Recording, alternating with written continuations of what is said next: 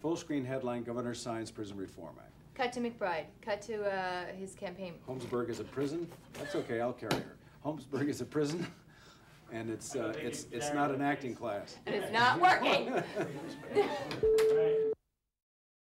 Both Bob and Michelle, because they work so hard, like to enjoy things.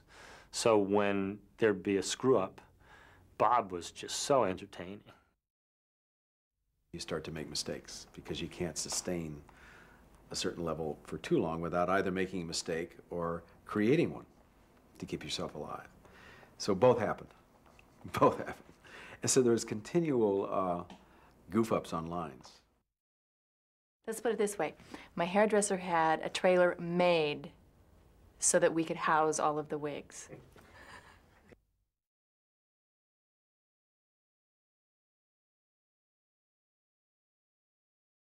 Real quiet, everybody.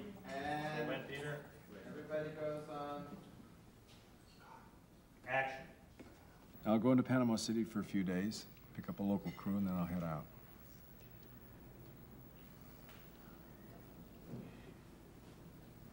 You already set this up.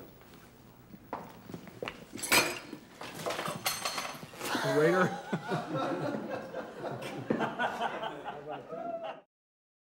We were doing this climactic scene at the restaurant, and ever chivalrous Bob was supposed to get up from his seat, and as he got up from his seat to sit down next to Michelle, he knocked over a glass of water all over her. Take one in the lap. Cold water in the lap. That'll kill an emotional scene anytime.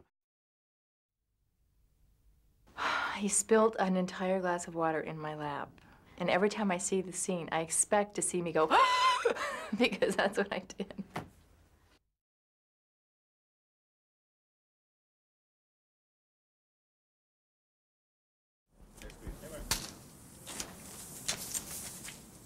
Hey, Mark. And background action. Tally Atwater, WFIL News, Holmesburg.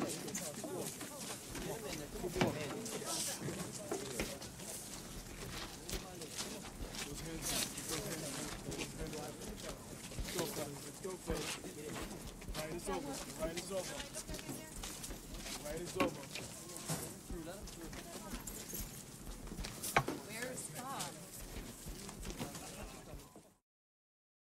The first take of the prison, I had been rehearsing, and I told Michelle not to react in rehearsal if possible, because she's such an exquisite actress. She immediately will respond appropriately to any situation. So what I did is I told Bob not to be where she was walking to.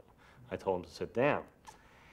And then we rehearsed and rehearsed and rehearsed, and we're technically ready, and I guess I made a mistake. I forgot to tell Bob to get on his mark.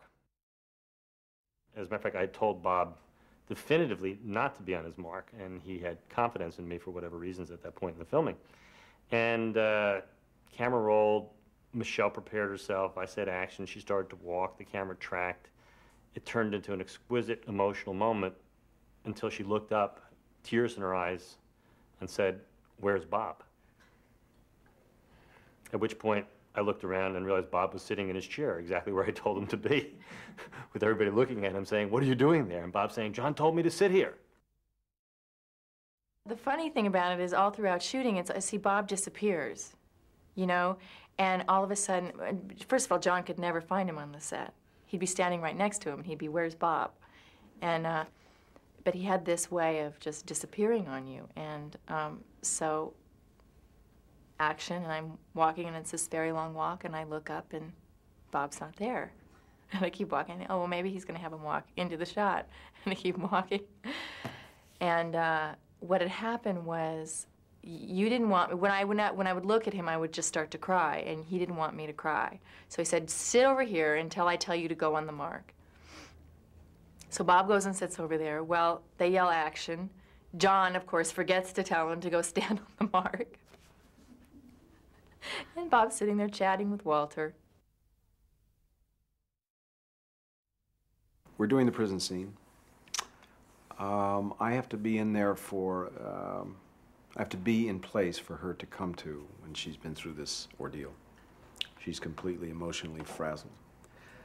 She's at the end of it. And the moment where I can come and we can be physically together when we've been separated by chaos and danger and a prison wall is a pretty big moment. And suddenly I see Michelle walk up to this empty spot, and she looks up, and there's nothing there.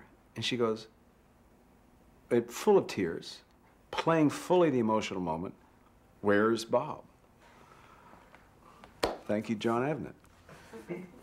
I've got it all under control, John.